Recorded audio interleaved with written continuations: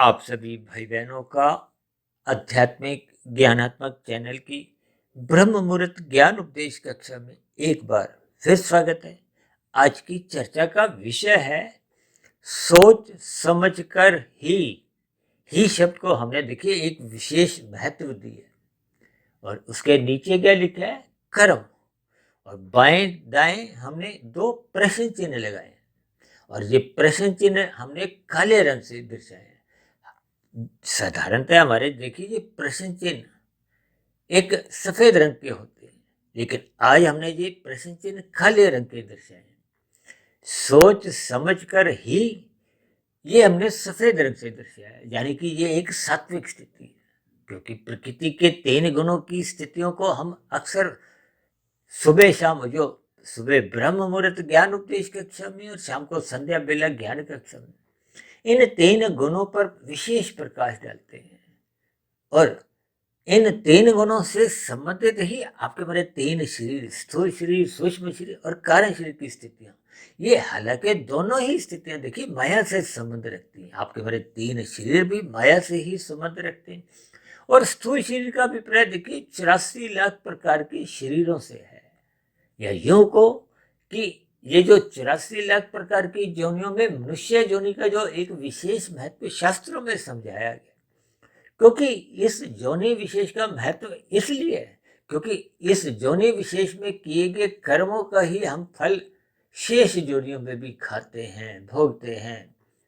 देखिए ये सभी स्थितियां अक्सर हम प्रतिदिन ही कहीं ना कहीं पर चर्चाएं करते रहते हैं, क्योंकि बार बार आपके हमारे स्थूल शरीर बदलते हैं, कारण शरीर में कर्माशय संस्कार रहते हैं, उसके आधार पे ही स्थूल शरीर के अलग अलग योनियां का निर्धारण होता है। और मुझे ध्यान आ रहा है तकरीबन 4 वर्ष पहले हमने एक मनुष्य के मरने के बाद का अगला जन्म के ऊपर भी एक बहुत बड़ी वीडियो बनाई थी। इन सभी स्थितियों को आपको मैं ज्ञान पूर्वक समझना चाहिए। देखिए मनुष्य योनि कर्म योनि के साथ साथ साधना योनि का एक विशेष अवसर है, और यदि मनुष्य का भी कर्मों में ही सुधार नहीं होता तो फिर ऐसी स्थिति में साधना तो आरंभ ही नहीं होती, क्योंकि जब हम परोपकार के कार्य सकाम भाव से करते हैं तब तक हम सात्विक स्थिति अपनी मजबूत करते हैं, और जब तक मनुष्य निष्काम भाव से कर्म करना आरंभ नहीं करता तब तक तो उसकी साधना आरंभ ही नहीं होती। साधना का अभिप्राय योग की स्थिति है, जिसको भगवान श्री कृष्ण जी ने गीता में कर्म योग, ज्ञान योग, भक्ति योग, ये योग के 3 अलग अलग रास्ते समझाए। योग का मतलब ही ये है साधना से जब आत्मा परमात्मा को पाने का एक लक्ष्य बना लेती है। देखिए आत्मा ज्ञान स्वरूप है, परमात्मा एक आनंद स्वरूप सत्ता है। कोई भी आत्मा संसारी रसगुल्ले में रुचि नहीं रखती। देखिए ये रुचि तब पैदा होती है जब आपका हमारा ज्ञान कमजोर हो जाता है, ढक जाता है, हम अज्ञानता में आ जाते हैं। अज्ञानता पे आते ही हम अपने आप को स्थूल शरीर समझते हैं, और फिर स्थूल शरीर को समझते ही फिर हम भौतिक गतिविधियों में अपने आप को लिप्त पाते हैं। फिर ये स्थूल शरीर के स्तर पर ही ये रिश्ते नाते कहो, ये भौतिक जितनी भी उपलब्धियां हैं, उपाधियां हैं, देखिए ये जो हम स्थूल शरीर के स्तर पर जो भ्रमवश हिंदू, मुस्लिम, सिख, ईसाई जैसे ये तगमे लगा देते हैं, जबकि हम सभी भाई बहन तो देखिए मनुष्य योनि में। और ये जो संप्रदाय की स्थितियों को अक्सर मनुष्य एक धर्म से जोड़ देता है, और हम तो धर्म की स्थितियों को एक कर्तव्य पालन से जोड़ते हैं, ताकि इस व्यवस्था में हम सभी भाई बहन सुखी रहे। देखिए व्यवस्था के अंतर्गत कर्तव्य और अधिकार की स्थितियां होती हैं। आपका कर्तव्य दूसरे के अधिकारों की रक्षा के लिए है, जैसे दूसरों के कर्तव्य पालन होने से ही आपके अधिकार की रक्षा होती है। इन सभी स्थितियों को अक्सर मैं लाल हरी बत्ती से जोड़कर समझाने का एक प्रयास करता रहता हूँ। देखिए हम अपनी हरी बत्ती पे अपने वाहन को तभी आगे ले जा पाते हैं ना, यानी कि आपका हमारा हरी बत्ती पे चलने का जो एक अधिकार है उसकी पूर्ति तो तभी होती है जब अन्य वाहन चालक रुक जाते हैं, यानी कि उनकी जो लाल बत्ती होती है वो रुकते हैं। यदि वो नहीं रुकेंगे तो आपका जो एक अधिकार की रक्षा नहीं होगी, उनका रुकना एक कर्तव्य पालन की स्थिति है। ठीक इसी तरह जब हमारे लिए लाल बत्ती होती है तो आपको में रुकना अनिवार्य है, ताकि उस स्थिति विशेष में जो दूसरों की हरी बत्ती है, यानी कि जो दूसरों का अधिकार है, वो अपने अधिकार का लाभ उठाते हुए वो अपने मंजिल को पहुंचे। यानी कि सभी भाई बहन सुख चाहते हैं, तो इस सुख चाहने की स्थिति में एक व्यवस्था है, चाहे वो सरकार द्वारा बनी हुई है, चाहे किसी विभाग द्वारा बनी हुई, ठीक इसी तरह ये परमात्मा द्वारा भी ये जो 3 गुणों की स्थितियां हैं, ये भी एक अपने आप में एक व्यवस्था है। ये परमात्मा की एक बहुत बड़ी व्यवस्था है। इसीलिए यहाँ के भी कायदे कानून, जिसको कर्मफल सिद्धांत की स्थितियों से हम जोड़ते हैं, जैसे यातायात के नियम है। देखिए, नियमों में तो कहीं ना कहीं अपूर्णता बनी रहती है, तभी तो समय समय पे उसमें बदलाव कहो, संशोधन होते रहते हैं। जबकि कर्मफल सिद्धांत की स्थिति में एक पूर्ण स्थिति है। सिद्धांत का मतलब ही ये है कि उसमें किसी भी प्रकार की कोई अपूर्णता नहीं। कर्म करने पे ही फल आना उसका एक निश्चित स्थिति है, और इसका कोई भूत वर्तमान भविष्य नहीं है। ये सदा ऐसी स्थिति बनी रहती है, इसमें कोई अपवाद नहीं है। अक्सर हमारी चर्चाओं में बार बार कहते रहते हैं कि यातायात के नियमों का उल्लंघन करने पे यदि आपके यहाँ कहीं चलान नहीं भी हुआ या आप बच गए, लेकिन परमात्मा के यहाँ आपका हमारा चलान उसी क्षण कट जाता है। उस कटे गए चलान का आपको हमें भुगतान करना होता है। ये जो नीचे की 80 लाख प्रकार की तामसी दंड में निंदनीय जोनियां हैं, उस जोनियों के सभी जीव मनुष्य योनि में किए गए दंडों का, अपराधों का, वो अपने अपने अलग अलग स्थितियों में दुख भोग के वो चलान ही भुगत रहे हैं।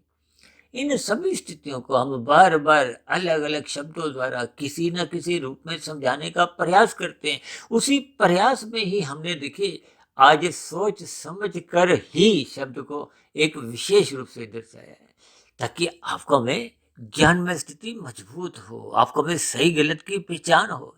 और ये पहचान किसको होती है? बुद्धि को।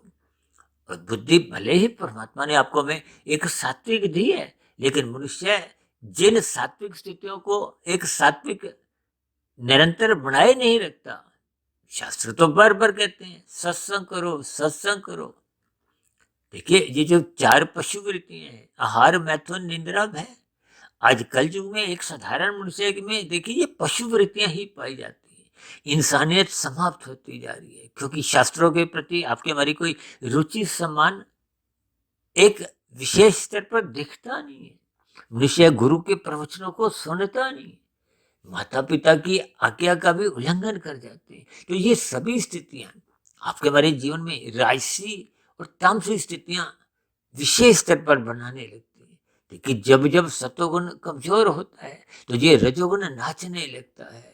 या यूं को कि जब जब हम सत्वगुण का संग नहीं करते तो आपका हमारा रजोगुण नाचने लगता है। ये रजोगुण नाचने का अभिप्राय क्या है?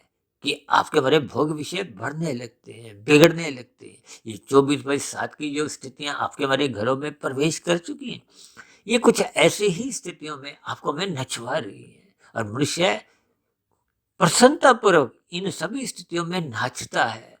देखिए, नाचना ये सभी स्थितियों का अभिप्राय आपको में एक भावार्थ रूप में समझना होगा। आपके हमारी दिनचर्या में शास्त्र बार बार कहते हैं जब जब सत्वगुण की कमजोरी होगी तो फिर सहज ही अज्ञानता की स्थितियां। देखिए, जब प्रकाश नहीं होगा तो फिर अज्ञानता की, अंधकार में स्थितियां सहज ही बनती हैं। ऐसा आपका हमारा एक स्वयं का अनुभव है।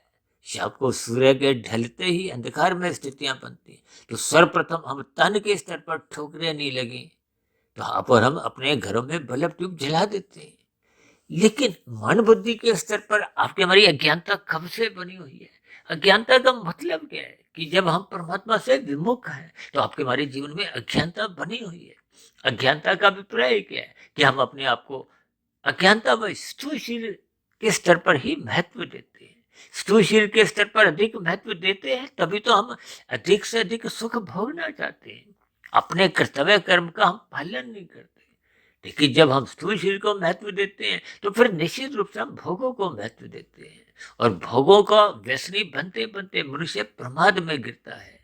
प्रभात में इन सात्विक स्थितियों का, धर्म की स्थितियों का, सत्संग की स्थितियों का, गुरु के प्रवचनों का, शास्त्रों का कोई एक रुचि नहीं होती, कोई सम्मान नहीं होता। देखिए जी, बहुत ही सरल और स्पष्ट शब्दों में संकेत है, ज्ञान है, संदेश है, जिनको हम यदि हल्के में लेते हैं तो निश्चित रूप से आपके हमारे व्यवहार में, आपके हमारी दिनचर्या में, आपके हमारे कर्मों में एक सकारात्मक सात्विक स्थितियां बन नहीं पाती। देखिए, राजसी मनुष्य तो बार बार गलतियां करता रहता है, इसलिए तो राजसी मनुष्य को बार बार कर्म कांडों में थोड़ा उलझाया जाता है, समझाया जाता है कि इनको ज्ञान पूर्वक करो ताकि आपकी हमारी सात्विक स्थिति मजबूत हो। अब मनुष्य इन कर्म कांडों को लोभ से, भय से ही करता हुआ दिखाई देता है, तो फिर ज्ञान में स्थितियां बन नहीं पाती। अक्सर मनुष्य समाज में देखा देखी ही अपने कर्मों को एक दिशा देता है, स्वयं उन स्थितियों पर कर्म करने से पहले सोचता नहीं है, विचारता नहीं है।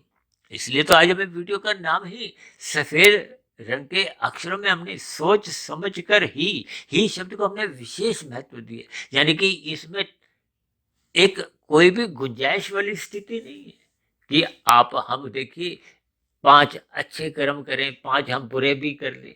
आपको मैं 10 के 10 पुण्य कर्म करते हैं, प्रभ करके कार्य करते हैं। देखिए, तमोगुण से अच्छा गुण रजोगुण है, रजोगुण से अच्छा गुण सत्वगुण है, और सत्वगुण से आगे की स्थिति विशुद्ध सत्वगुणी सत्ता से जुड़ने की है, योग की स्थिति है, जिसको भगवान श्री कृष्ण जी ने गीता में कर्म योग, ज्ञान योग, भक्ति योग की स्थितियों का एक विशेष स्थितियां समझाई। देखिए, भगवान श्री कृष्ण जी बार बार कहते हैं इस कर्मफल सिद्धांत की स्थितियों को समझो। भगवान श्री कृष्ण जी ने गीता में यहाँ तक भी कहा है कि अच्छे अच्छे बुद्धिमान मनुष्य है, यानी कि यदि हम बुद्धिमान नहीं हैं तो फिर आपकी हमारी स्थिति तो फिर बहुत ही एक अपूर्ण मानी जाती है। जबकि भगवान सात्विक मनुष्यों के लिए कह रहे हैं कि अच्छे अच्छे बुद्धिमान मनुष्य भी कर्मफल सिद्धांत की बारीकियों को समझ नहीं पाते, और राजसी मनुष्य को तो ज्ञान ही धुंधला होता है।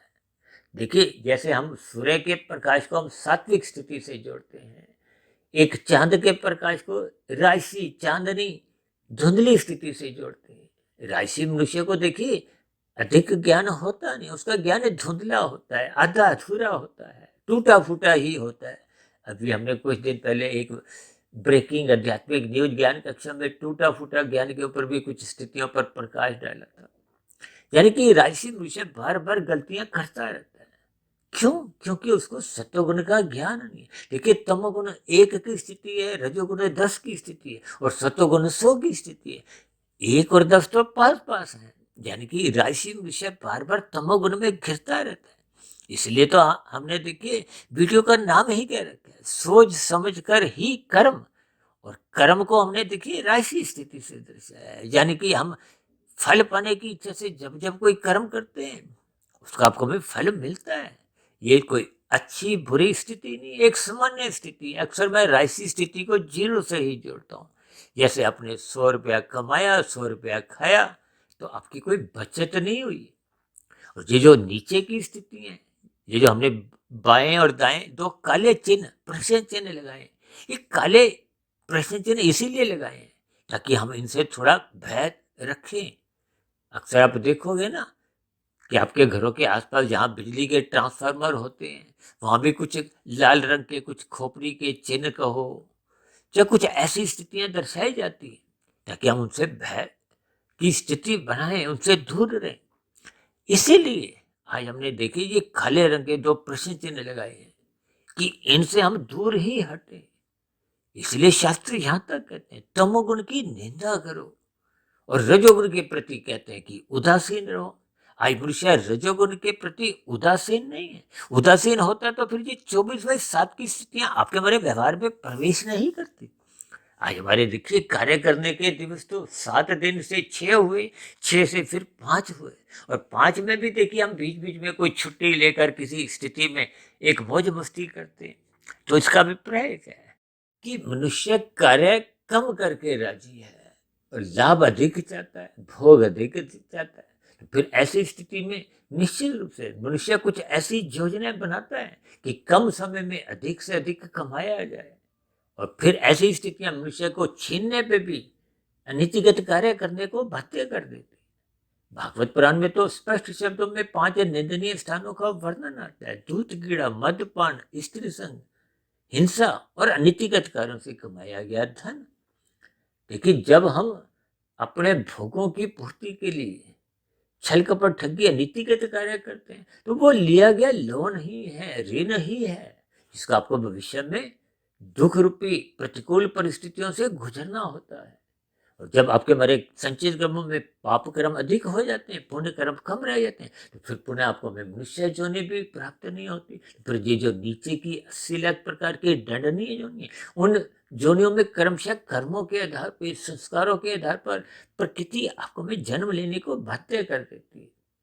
अब किसी के 70% पाप कर्म है तो फिर पुण्य कर्म तो 30% ही बचते हैं। वो जो 70 और 30 का जो एक अंतर है, वो नीचे की जोनियों में दुख रूपी परिणाम भुगतने पड़ते हैं। वो 70 से 69, 65, 60, वो जब तक पाप कर्म भोग भोग के घट घट के वो 30% के पुण्य कर्मों के बराबर नहीं आते, तब तक आपको हमें पुनः मनुष्य जोनि की प्राप्ति नहीं होती। और आपको हमें तो मनुष्य जोनि की प्राप्ति हो चुकी। इसलिए तो शास्त्र बार बार कहते हैं कि मनुष्य के लिए सत्संग करना अनिवार्य है। क्योंकि यदि हम सत्संग नहीं करते, धर्म को प्रथम स्थान पे नहीं रखते, सत्वगुण का संग नहीं करते, गुरु के प्रवचनों को नहीं सुनते, शास्त्रों का स्वाध्याय नहीं करते, तो निश्चित रूप से आपके बड़े विचार बिगड़ने लगते हैं, पशु वृत्तियां पनपने लगती हैं। फिर ये पशु वृत्तियां पनपते पनपते कब आपको हमें नचाने लगती हैं, यानी कि पाप कर्म करवाने लगती हैं। मनुष्य को इसका बोध नहीं होता, क्योंकि अज्ञानता की स्थिति में, जैसे रजोगुण में धुंधली बुद्धि होती है, राशि बुद्धि में आपको में अधिक दूरी का नजर नहीं आता कि आज जो कर्म हम कर रहे हैं भविष्य में उसका क्या परिणाम आएगा, क्योंकि कर्मों का फल तो सात्विक मनुष्य को भी सही से पता नहीं है। तो फिर ऐसी स्थिति में राशि मनुष्य की तो आप और हम कल्पना कर सकते हैं। इसलिए तो कहा जाता है, मैं अपनी चर्चाओं में अक्सर बार बार कहता हूँ कि धुंध में आपको में अधिक दूरी का नजर नहीं आता। इसलिए तो कहते हैं कर्मकांड करो, सत्संग करो, लेकिन राशि मनुष्य सत्संग करता हुआ दिखाई देता है, श्रद्धा नहीं होती, क्योंकि मन भोगों में उलझा होता है, अटका होता है। तो जिसके फलस्वरूप बात शास्त्रों की सुनने में उसकी रुचि नहीं होती, ऊपर ऊपर से देखिए कुछ सुनता है। अक्सर मैं कहता हूँ ना कि राजसी मनुष्य एक कारण से सुनता है, कुछ समय बाद दूसरे कारण से निकाल देता है। क्योंकि निकाल देता है या निकल जाता है, भावार्थ समझिए, क्योंकि वो श्रद्धा नहीं होती। तो श्रद्धा के बिना वो जो सत्संग किया था वो अधिक देर तक टिकता नहीं है, यानी कि वो निकल जाता है या समाप्त हो जाता है। जबकि तामसी मनुष्य तो एक कान से भी सुनता ही नहीं। अक्सर हम कभी कभी कहते हैं ना, बच्चे हमारी बात सुनते नहीं। इसका अभिप्राय क्या है? जैसे दुर्योधन ने भी भगवान श्री कृष्ण जी की बातों को अनसुना कर दिया था, यानी कि एक भी कान से वो ज्ञान की बातें सुनी नहीं। अब अर्जुन ने परमात्मा की बातों को 100% सुना। देखिए, इनकी भावार्थ आपको मैं समझनी है। इस गीता ज्ञान को आप और हम अच्छी तरह जानते हैं, जिन पर आप भारत में नहीं विदेशों में भी देखिए इस पर कितनी ही चर्चाएं होती हैं। और परमात्मा के आशीर्वाद से, गुरुओं के एक कृपा से हमारी 2200 वीडियो जो बनी है वो भी गीता ज्ञान पे ही प्रत्यक्ष अप्रत्यक्ष रूप से आधारित है। भगवान श्री कृष्ण जी गीता ज्ञान को जब प्रकृति के 3 गुणों को बार बार कहते हैं कि इनको समझो, ये एक प्रकृति का गूढ़तम ज्ञान विज्ञान है। जब तक हम इसको समझते नहीं तो फिर आपके बड़े जो 3 शरीर हैं, जन्म मरण की स्थितियां तो देखिए स्थूल शरीर की होती है। माता के गर्भ में स्थूल शरीर का निर्माण होता है। स्थूल शरीर के निर्माण 9 माह के होने के बाद की जो स्थिति है वो तो आप और हम देखते ही हैं। मृत्यु स्थूल शरीर की होती है, लेकिन उसके बाद की जो एक स्थिति है वो कर्मों के आधार पर, कारण शरीर में जैसी जैसी स्थितियां हमने मनुष्य योनि में बनाई थी उसके आधार पे ही एक प्रकट होती है, नया शरीर मिलता है। अक्सर हम परीक्षा योनि को भी इस कुछ ऐसी स्थितियों से जोड़कर समझाते हैं। भाई, परीक्षा में हम जो लिख कर आते हैं नंबर तो उसी के ही मिलते हैं। ठीक इसी तरह आप और हम मनुष्य योनि में जैसे जैसे कर्म करते हैं और कर्म होते हैं ज्ञान के आधार पे। जिसको जैसा ज्ञान होता है वैसे वैसे उसके कर्म होते हैं। जिसको ज्ञान बहुत अधिक हो जाता है तो फिर वो कर्मों की इस श्रृंखला में, इस कर्मफल सिद्धांत की बारीकियों में अपने आप को अटकाता नहीं, अपने आप को उलझाता नहीं, यानी कि वो अपने जीवन में निष्काम भाव से कर्म करता है। अब निष्काम भाव से किए गए कर्मों का कोई कर्माशय नहीं बनता, शुभ संस्कार तो बनते हैं और योग की स्थितियां उत्पन्न होने लगती हैं। आरंभिक स्तर पर देखिए कर्म योग की स्थिति होती है। देखिए निष्काम कर्म का मतलब ही क्या है? क्या वो मुझे माया के, प्रकृति के जो 5 भोग्य विषयों का सुख नहीं चाहिए? परमात्मा की स्मृति में जब आपकी हमारी साधना आरंभ हो जाती है, परमात्मा को पाने का एक लक्ष्य बन जाता है, तो ये कर्म योग आरंभिक स्थिति है। जब कर्म योग में हम परिपक्व हो जाते हैं तो फिर ज्ञान योग की स्थिति बनती है। ज्ञान योग में जब हम परिपक्व हो जाते हैं तो फिर भक्ति योग की स्थितियां होती हैं। देखिए योग तो अपने आप में ही एक भक्ति है। और भक्ति योग में तो देखिए वो जो बुरे संस्कारों की जो एक स्थिति है वो बहुत तेज तीव्र गति से दग्ध बीज होने लगती है। आपका हमारा कारणशील क्रमशः बहुत ही जल्दी जल्दी सुधरने लगता है। यानी शुभ संस्कार बढ़ते जाते हैं और पहले के बुरे संस्कार दग्ध बीज होते जाते हैं। यही तो आपकी हमारी शुद्ध कमाई है। देखिए योग की स्थिति में, साधना की स्थिति में हम जितने जितने अनुपात में कारणशील शुद्ध कर लेते हैं, वो की गई आध्यात्मिक उन्नति, शुद्ध कमाई मरने के बाद भी सुरक्षित बनी रहती है। पुनः आपको में मनुष्य जोनि का ही जन्म दिलवाती है। क्योंकि साधना आरंभ होने का अभिप्राय क्या है कि आपकी हमारी मनुष्य जोनि पुनः प्राप्त होने की आपकी हमारी एक पात्रता बन जाती है। क्योंकि साधना करने का अवसर तो आपका मनुष्य जोनि में ही संभव है। इसलिए आपकी हमारी पात्रता पुनः मनुष्य जोनि की बन जाती है। और जितने अंश में हमने पूर्व के मनुष्य जोनि में साधना की थी, उदाहरण के लिए हमने 17% आध्यात्मिक उन्नति कर ली थी, तो अगली मनुष्य जोनि में आपको हमें संस्कारी माता पिता मिलते हैं, गुरुजनों का संग सहज ही उपलब्ध होता है। तो फिर हम 17 से आगे 18, 19, 20 ऐसे करते करते जब वो 100% आपकी हमारी आध्यात्मिक उन्नति पूर्ण रूप से संपन्न हो जाती है, यानी कि कार्यशील पूर्ण रूप से शुद्ध हो जाता है, तो फिर आपका हमारा कोई भौतिक जगत में जन्म मरण की स्थितियां उत्पन्न नहीं होती। क्योंकि कारण ही मुख्य रूप से आधार है। कारणशील शुद्ध हो गया, समाप्त हो गया, तो फिर आपका हमारा स्थूल शरीर के मरने पे वो मायातीत की स्थिति बनती है। इसलिए हम सभी भाई बहनों को इस सोच समझ कर ही कर्म और दाएं बाएं जो हमने काले रंग के जो एक प्रश्न चिन्ह लगाए हैं, इसका अभिप्राय क्या है कि इन काले रंग की स्थितियों से, बुराई से, पाप कर्मों से आपको में हर क्षण तो बचना ही है। और ये जो कर्म की स्थितियां हैं, ये राशि स्थितियां हैं, ये भोगों से संबंध रखती है। और भोगों का अंतिम देर से फिर मनुष्य तमोगुण में गिरने की संभावना एक प्रबल होती है। इसलिए इन सभी स्थितियों को आपको मैं सोच समझकर अपने जीवन की ये स्थितियों में कर्मों को ज्ञानपूर्वक करना चाहिए। और जैसे जैसे आपका हमारा सत्संग की स्थितियां मजबूत होती हैं, तो फिर आपका हमारा मोनात्मक स्थितियों से, भोगात्मक स्थितियों से मोह भंग होते हुए ज्ञानपूर्वक वैराग्य होने लगता है। तो फिर मनुष्य ब्रह्म मुहूर्त में ये साधना की स्थितियों को निरंतर करता करता अपनी सात्विक स्थिति मजबूत करता है। और फिर कर्म योग, ज्ञान योग, भक्ति योग की स्थितियां कर्म से मजबूत होते होते आपके हमारी आध्यात्मिक उन्नति के दरवाजे खुलते जाते हैं। लेकिन फिर भी हम सभी भाई बहनों को यदि सकाम भाव से कर्म करने की अभी भी इच्छा है, तो आपको हमें सोच समझ कर ही कर्म करने होंगे। और ये सोच समझ के करने का अभिप्राय क्या है कि आपकी हमारी बुद्धि सदा ही, अभी कुछ दिन पहले हमने बुद्धि की एक बल्ब से तुलना करते हुए अलग अलग वाट लिखे थे, 1 वाट, 10 वाट, 100 वाट, 550 वाट। यानी कि बुद्धि रूपी बल्ब को सदा ही ऑन करना होगा। और ये ऑन तभी होता है जब हम श्रद्धापूर्वक सत्संग करते हैं, ब्रह्म मुहूर्त में उठते हैं, शास्त्रों का स्वाध्याय करते हैं, गुरु के प्रवचन सुनते हैं। यानी कि जब आपके हमारी सात्विक बुद्धि बनी रहती है, विवेक शक्ति जगी रहती है, तो फिर परमात्मा की सम्मुखता बनी रहने से मनुष्य सदा ही नपे तुले सोच समझकर सात्विक कर्म ही करता है। तो इन सभी संकेतों को आपको हमें समझना होगा। सर्वप्रथम आपको हमें पाप कर्मों से बचना होगा। राशि कर्म केवल स्थूल शरीर की अवस्थाओं की पूर्ति के लिए, परिवार का लालन पालन के लिए, एक अवस्था अनुसार सीमित मात्रा में ही करना चाहिए और जहाँ तक संभव हो परोपकार के कार्य अवश्य ही करने चाहिए। आरंभिक स्थितियों में भले ही हम सकाम भाव से करें, जैसे जैसे परमात्मा का ज्ञान विज्ञान आपके हमारे कार्य शरीर में टिकने लगता है तो फिर परोपकार के कार्यों में सकामता समाप्त होने लगती है, निष्कामता का प्रवेश हो जाता है, यानी कि कर्म योग, ज्ञान योग, फिर भक्ति योग की स्थितियां बनने लगती हैं। तो ऐसी सभी शुभ स्थितियां आपके हमारे जीवन में भी बनने लगी। इन्हीं शुभ कामनाओं के साथ आज की चर्चा विशेष को यहीं विश्राम देते हैं। शाम को फिर मिलते हैं संध्या बेला ज्ञान कक्षा में। तब तक आप अपने आध्यात्मिक मित्र सुधीर भाटिया फकीर को इजाजत दें।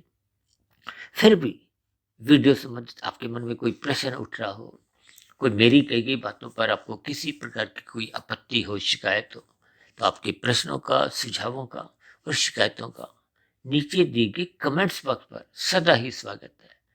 चर्चा विशेष को भी यही विश्राम देते हैं। आप सभी भाई बहनों का इस चर्चा विशेष को धैर्यपूर्वक सुनने के लिए बहुत बहुत धन्यवाद।